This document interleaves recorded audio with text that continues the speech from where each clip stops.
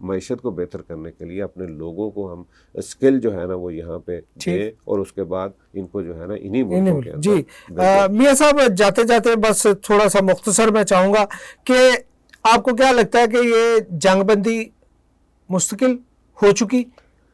اصل میں نا یہاں پہ ایک چیز جو ہے نا جو اس وقت بہت اہم ہے